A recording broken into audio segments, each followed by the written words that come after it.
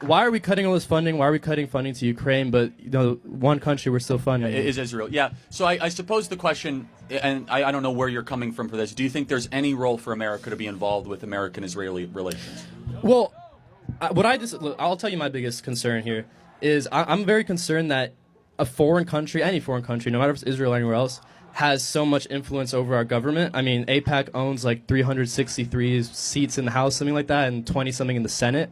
I find that as a concern that they're funding so many of our politicians to support a different country. Yeah, and that's a legitimate concern. I would push back on the word owns, right? But funded. Yeah, donated to for sure. Yeah, I would. So if your principal take is that of Thomas Massey, that is a very admirable one. It's not one that I hold.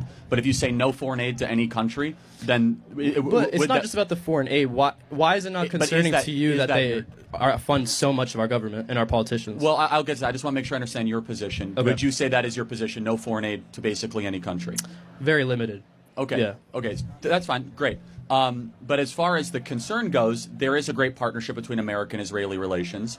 I'm guessing you're a Christian, right? I am, yes. Yeah, and we're called to bless Israel and to defend Israel, and we also know the Bible is true because of Israel. All these sorts of things. I don't think I'm going to be persuasive to you, but more than that, I mean, Israel should have to stand on its own and fight its own wars. The amount of money we're spending, I think, can be questionable, but a lot of that money comes back in U.S. defense contracts.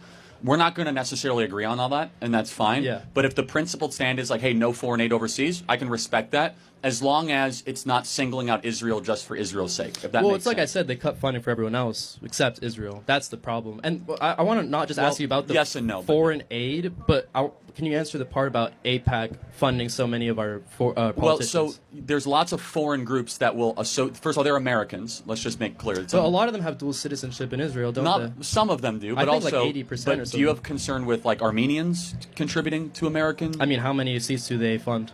Well, quite a lot. I mean, like Armenian Americans. Like 363, quite a lot? Or? Well, there's not as many Armenians as there are Jewish Americans in America, but same could be said also for Pakistani Americans or Japanese Americans or Filipino Americans.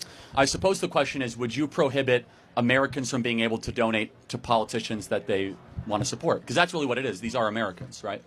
They are Americans that are also dual citizens in Israel. Some are, not and all. are extremely, I mean, the whole organization is to be pro-Israel. So it's not just about let's try America. to find common ground. What would you say is a solution to this? I think that no dual citizens should be able to contribute? No. I think that's actually a good common ground. I think if you have two passports, I don't know if you should be able to contribute. I think that's actually good common ground. Honestly, yeah, I do agree with that. So we can agree on that. I agree with that. I don't think any dual citizens should be allowed to do that. We can agree on that. So then what do you I think? want to get to somebody